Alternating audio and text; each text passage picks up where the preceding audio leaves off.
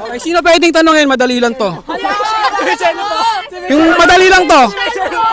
Ano to Medyo seryosong tanong to, medyo seryosong tanong. Survey lang.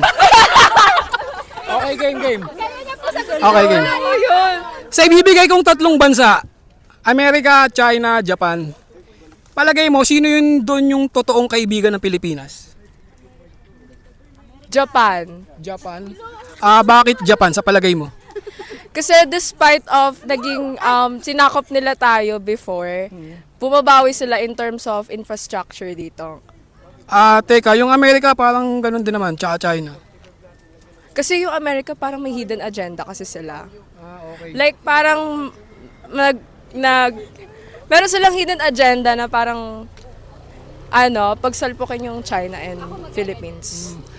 Sige, Japan ang napili mo ngayon. Next question. Last na to. Sino naman dun sa tatlong bansa, yung palagay mong, yung pinakaayaw mo, yung galit ka sa bansa na nainis ka? Sino dun sa tatlo? Japan, Amerika, China? China. Bakit China? Kasi yung tulong nila, like yung in terms of financial, trabaho, pogo and such, may kapalit, which is territorial, yung dagat, and then unti-unti na tayo sinasakop, pero hindi lang natin naramdaman. What do you mean territorial? Yan ba yung sa West Philippine Sea? Yes. Ano nga pala pangalan mo? Michelle po. Madam. Michelle. Teka! Sang school galing? PUP Manila! PUP Manila! Thank you! Ano naong tanong, no? Medyo seryosong tanong. Sino yung pwedeng tanongin sa inyong dalawa? Medyo seryosong tanong to. Sige. Yung tanong ko, meron akong ibibigay na tatlong bansa. Amerika, China, Japan. Sa palagay mo, personally lang sa sarili mong opinion, palagay mo, sino dun yung totoo nating allies, kaibigang bansa ng Pilipinas? Saan po? Ano pong... Amerika, Japan, and China. Palagay mo, personally, sa sarili mo, opinion mo, sino dun yung kaibigan talaga nating bansa? Amerika po. Amerika, bakit kaya naman Amerika ang napili mo? Kasi po yung China po ngayon as of now po sa Philippines, yung Philippine Sea po natin is inaangkin na din po. And controversial naman po talaga siya sa ngayon. And then sa Japan naman din po, which is nakakatulong din naman po. Pero yung Amerika po ngayon is popular na din po sapagkat madami po kasing tulong nila na nagmumula yung iba-iba natin mga gobyerno sa ibang bansa is pumupunta dun sa ibang bansa para makipag-ugnayan po, makipagkaisa po, para makipagtulungan po. Ganun. Palagay mo kaya, pag nagkaroon ng gera sa pagitan ng China, Amerika, ay pagitan ng Pilipinas at China, palagay mo kaya yung Amerika talagang tutulong sila para maipaggera din sa China para sa atin? Yes po. Paano mo naman nasabi yun? Kasi po magkaibigan po talaga yun. Hindi ko po answer. Pero yun lang po yung tingin ko po. Okay. So sa tatlong bansa naman, Amerika, Japan, China, sino doon yung pinakaayaw mo at naiinis ka? Sa China po. China, bakit China? Ang daming made of China na mga product, halos lahat ng gamit natin, pero bakit China? Kasi po yung sinabi ko nga po kanina, yung sa Philippines po natin ngayon, is sinaangkin na din po talaga yung mga yung dito? Yung mangingisda po natin, pinapaalis na din po nila. Tapos sila pa po yung parang lumalaki yung ulo na pinapaalis po nila yung mga Pilipino, na which is sa atin po talaga yun. Anong masasabi mo sa China? China. Listen. Chinese? Ano masasabi mo sa China? Ano? Maiksi lang. Ano ba masasabi? Mahal ko kayo. Mahal daw niya kayo. Pala kayo. Okay guys, thank you Ano pangalan mo ate? Alira po. Sang school? Kasat! Thank you guys. Kuya, kayang-kaya mo to. Kuya, sa palagay mo, meron akong bibigay na tatlong bansa. Japan, China, and Amerika. Sa sarili mo lang na opinion, ano kaya doon sa tatlong bansa na yun yung totoong kaibigan ng Pilipinas? Ating choices? Japan, Amerika, and China. China? Ang totoong kaibigan ng Pilipinas? China? Bakit mo nasabing China? Instinct ko lang. I don't have any idea. Sige, sino naman doon sa bansang yun yung palagay mong hindi talaga nating kaibigan? America. Why America? Medyo malayo yung ano nila eh. I think parang may gap. May gap sa ating bansa, ang Amerika? Hindi ko sure. Hindi ko sure. Kaya taga-UP po kayo? Ay, hindi po. Namasyal lang? Yes, yes. Okay, ano pong pangalan? Jomar Quiñones po. Okay. Thank you, Kuya Jomar. Salamat po. Thank you, sir. Ma'am, excuse me lang po. Pwedeng magtanong. Medyo seryosong topic lang to, mga taga-UP. For the event. No. Okay, meron ako ibibigay na 3 bansa, which is Japan, America, and China. USA. Sa palagay mo, sino dun yung totoong kaibigan ng bansang Pilipinas? Nako, siguro sa condition po, Japan. Japan. Kasi wala sila masyadong kapangyarihan ngayon. Hindi ba Amerika? 50-50 ako sa Amerika. Sa China, palagay mo? China! Nako, marami silang red flags mga nakaraang taon. So, parang hindi. Sa 3 binigay kong bansa, kung meron kang sisipain doon, sino? USA, gising. USA, gising. Okay, anong pangalan? Phillies po, Phillies. What school? Wala na po, hindi na po ako sa school. Pero dati po UP Diliman, College of Science. Okay, thank you. Ang tanong ko lang, palagay mo, sino kaya yung totoong alay ng Pilipinas? Yung totoo niyang kaibigang bansa? Japan, China, o Amerika? Amerika. Amerika? Palagay mo, bakit napusuan mo at sinabi mong Amerika ang totoong kaibigan? Hirap naman.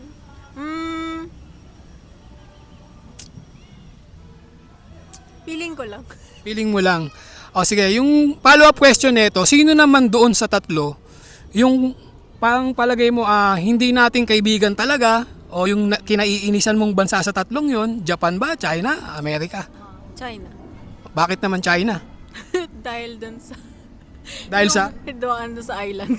sa West Philippine Sea? Anong masasabi mo ba doon sa issue na yun? Kung meron kang message, short message, sa China. Peace. China, peace. Anong pangalan, ma'am? Moira. Moira. Thank you, Moira. Salamat. Sir, pwedeng magtanong? Yes, sir. Meron akong ibibigay na 3 bansa. Sasabihin mo lang kung sino doon yung totoong kaibigan ng Pilipinas. Pipili ka sa 3. Ito yung 3 bansa. Palagay mo, sino yung totoong kaibigan ng bansang Pilipinas? Japan ba? China ba? O Amerika? Amerika, sir. Paano mo nasabing Amerika? Ba't yun yung napili mo? Kasi Amerika talagang natin yan, katulog sa Pilipinas eh. Kumbaga, matagal na natin silang kaibigan, ganun ba? Naniniwala ka ba na kung sakaling magkagera yung Philippines and China dahil sa West Philippine Sea, palagay mo ba tutulungan kaya talaga tayo ng kaibigan nating Amerika? Siguro. Kasi naman sila eh. Nandiyan naman sila, nakasabaybay sa atin eh. Follow-up question, siguro. Sa 3 yon, sino naman doon yung palagay mong hindi nating kaibigan tsaka naiinis ka sa bansang yun? Yung parang ayaw mo doon. Japan ba, China, Amerika? China. Bakit naman China yung kinaiinisan mong bansa? Kasi nga inaangkin nila yung hindi sa kanila eh. Alin yun? Anong inaangkin nila? Philippines natin. Yung West Philippine Sea.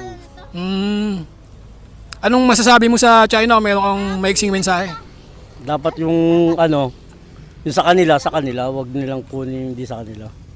Okay. Sir, ano pangalan mo, sir? Atan, sir. Atan. Atan. Sir Atan, thank you Salamat. Thank you. Palagay nyo, sino yung totoong kaibigan o alay ng bansang Pilipinas? Japan ba? China ba? O Amerika?